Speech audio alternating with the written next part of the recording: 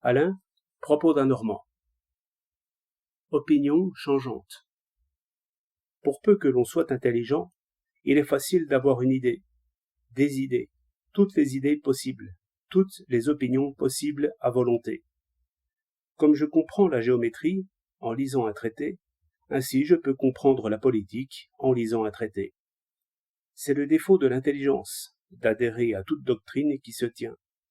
Car toute doctrine se tient. Aussi, tant que l'estomac n'entre pas dans le problème, tant que l'esprit pense pour penser, il passe d'une opinion à une autre comme on tourne les feuillets d'un livre. Lisez une chimie.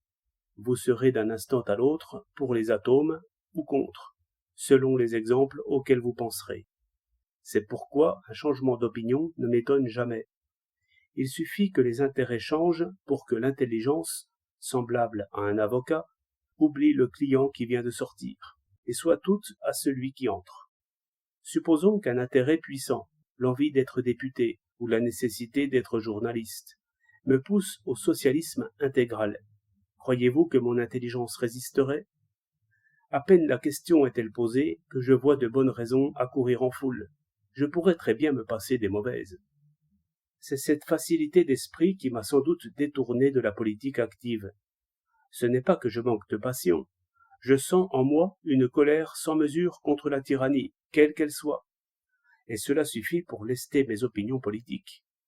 Mais si d'autres passions, comme l'ambition ou le plaisir de dominer, se mêlaient à celle-là, je serais bien capable d'évoluer aussi, et très vite. Où sera donc le contrepoids ? Dans les intérêts. Les convictions improvisées et dictées en quelque sorte par la fonction du jour ne m'intéressent pas beaucoup. Un ministre veut gouverner, c'est tout naturel. Ce n'est point là une opinion, c'est un habit qu'il prend. L'aiguille politique serait folle si elle n'était point liée à d'autres forces.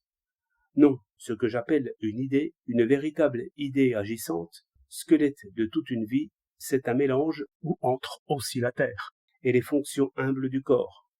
Celui qui pense, à mon goût, c'est un homme qui tient à beaucoup de choses, qui vend, achète, tient son compte de profits et pertes, est estimé des uns, blâmé des autres, parce que le moindre de ses mouvements tire les ficelles de tous les côtés, qui remue ses semblables de mille façons.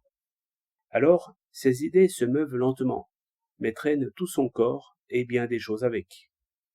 Il a 1000 idées dans une, toutes ses idées dans une, et fortement nouées. Voilà une idée réelle, une noble et puissante idée qui laboure la terre.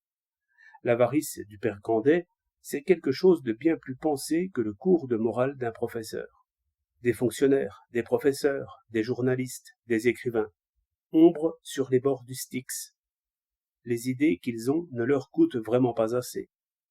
Je ne m'étonne pas qu'ils parlent bien. Les paroles ne sont pas lourdes à remuer. Le monde est lourd à remuer, et c'est tant mieux. Mais sans appui et sans effet, la locomotive ne traînerait rien, si elle n'était pas si lourde.